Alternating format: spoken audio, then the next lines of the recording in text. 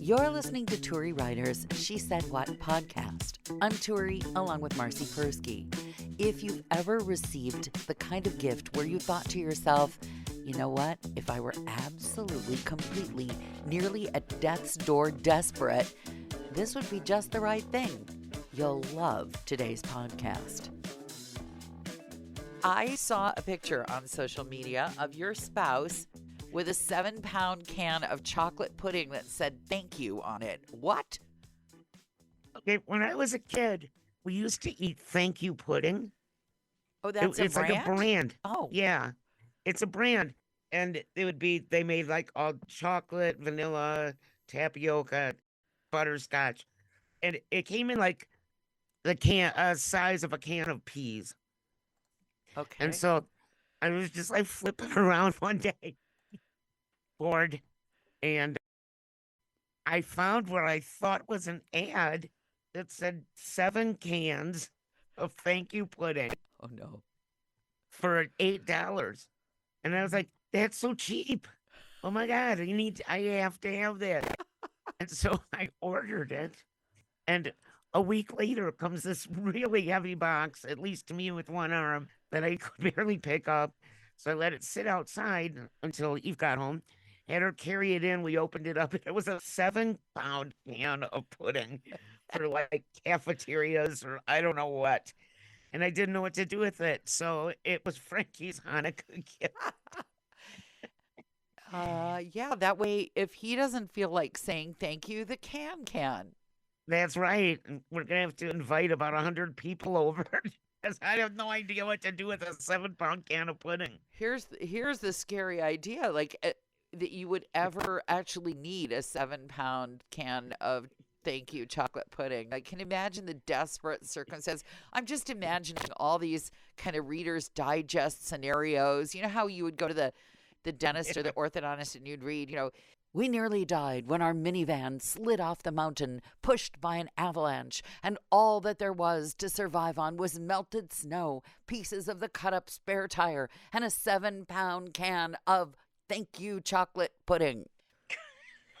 And then, risking frostbite, the mother removes her red sweater, exposing herself to the elements, and ties it to the top of the minivan roof rack, thereby attracting a helicopter search party, and so they are all safe.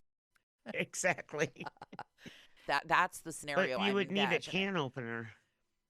You know something? You will be excited to hear this because, well, you would need a can opener because you grew up driving to where you could drink. Right. I have a can opener in my car because I lived for so long in earthquake country.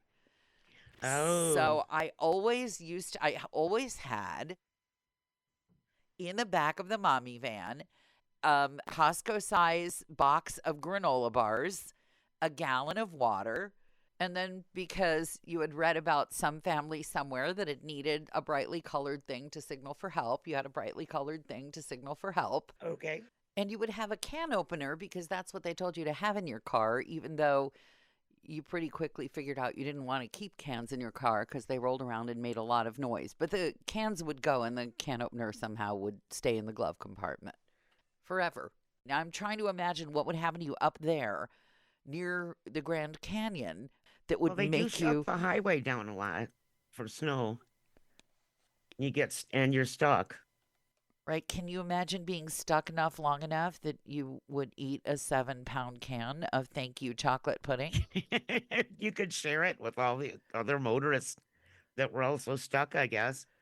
Yeah, My but brother was stuck out on I-40 trying to get a half mile to our house for 18 hours. So it happens up here. well, I have been hearing that as we record this, they're expecting another walloping in Buffalo, New York, and they're already like close to 30 people who've died in this storm. Yeah. And I mean, I just can't even, I can't.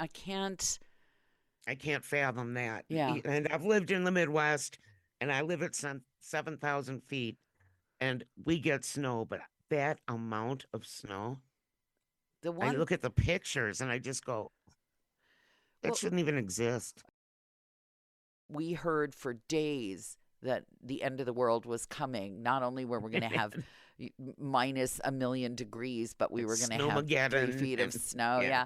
I think that there was like literally 3.5 inches of snow. Cold. We got the Oh, cold.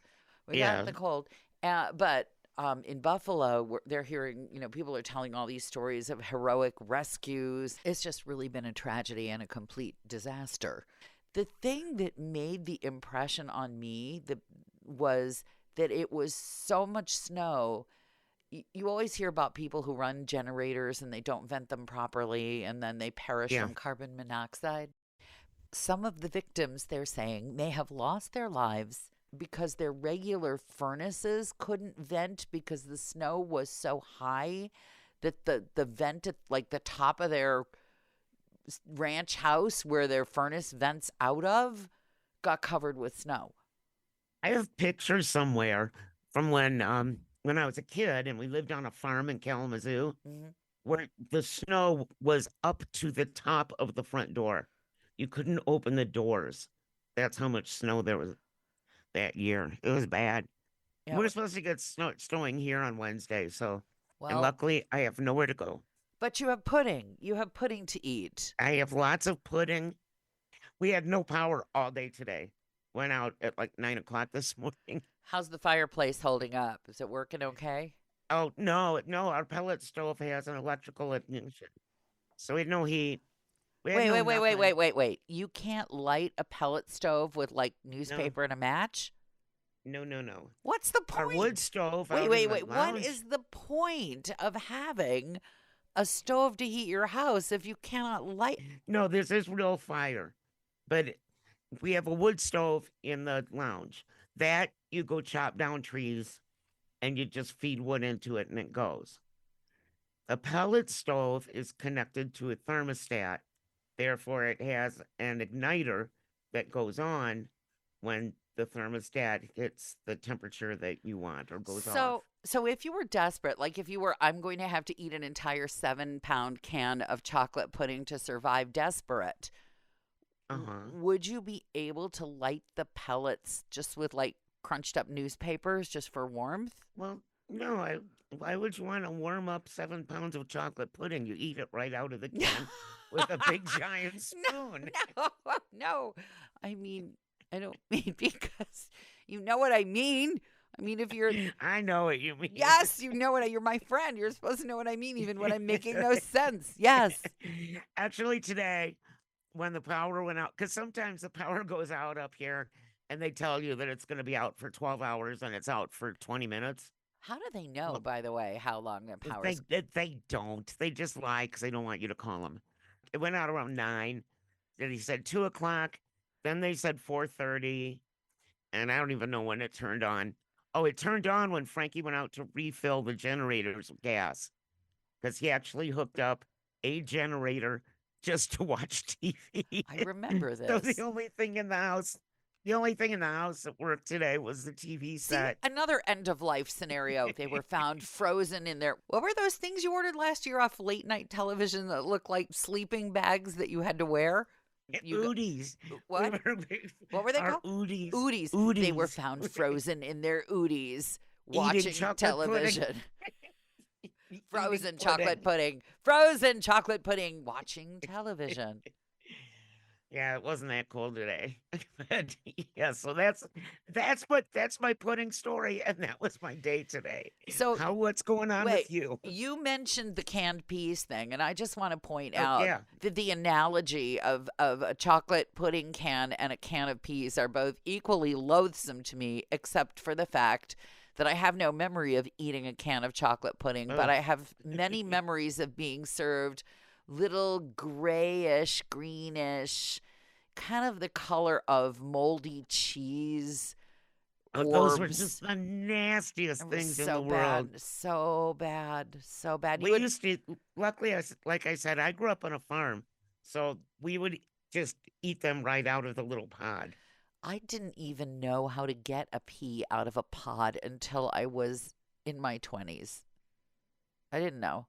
I knew about snow peas because those came with, Chinese food, but The idea that actual green peas that you ate were in a pod. I had heard the expression, they're like peas in a pod. And I'm like, no, peas in a can. They're like peas in a can. That's all I knew. Peas in a pod, nothing. Peas in a can, ugh. But I knew what they looked like. So yeah, you would rather eat the label. I think that's another one of those things. The chocolate pudding, like it made me think of something when I saw that you had posted the picture of Frankie eating the thank you chocolate pudding. Well, he was just holding it up. Right. Well, he's never gonna. You're never gonna. We don't want to open. No, you're never gonna eat it. You're gonna have to donate it to like a Girl Scout troop or something. But the Washington Post. I figured out finally the difference between the New York Times and the Washington Post. The New York Times, being New Yorkers, ethnically diverse and colorful and adventuresome, the New Yorkers have recipes that appear in the New York Times which are actually worth making. And so about once a week I try a recipe from the New York Times. I never even realized that the Washington Post had a food section until I got an email saying our top recipes of 2022. And the number one recipe, there's a reason I mention this, it was a form of mango coconut pudding, and it looked really good. It really did. It looked like fresh or frozen mango and reduced fat coconut milk, which I was a little skeptical. Reduced fat anything makes me a little bit nervous, but I thought, okay, maybe, it won't set if you use the full fat. And gelatin, and you could add honey or sugar. It was optional. And then you top it with fresh mango and shaved coconut. And I'm like, oh, wow. And they won me over finally with takes 15 minutes to prepare. It's like, okay, all right. And it looked so pretty. Of course, the first thing I did was break the rule about mango cups. I'm like, I'm not pouring this stuff into a million little cups. Forget that. I poured it into a bowl. Call it, people can spoon up their own cup. This whole thing where you serve everything in little cups, that is strictly for Washington, D.C. people. That is not New York people. Yeah. We pass around a bowl and we're like, help yourself. That's New York people. Washington, D.C. Arizona people, we pass around a 7-ounce can of pudding. Well, yeah. Yeah, I have to say, if you made me choose between how this mango thing ended up tasting and your can of pudding, I would say bring on the pudding, because this stuff, it was bad, huh? Looked so pretty. But it had like the texture of snot.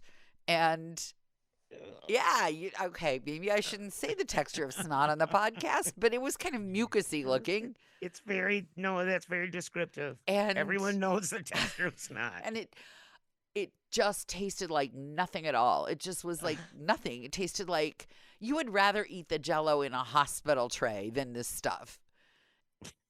And I had bought the fancy organic coconut chips to put on it. I'm like, what? Then why should I waste any more food on top of this bad food?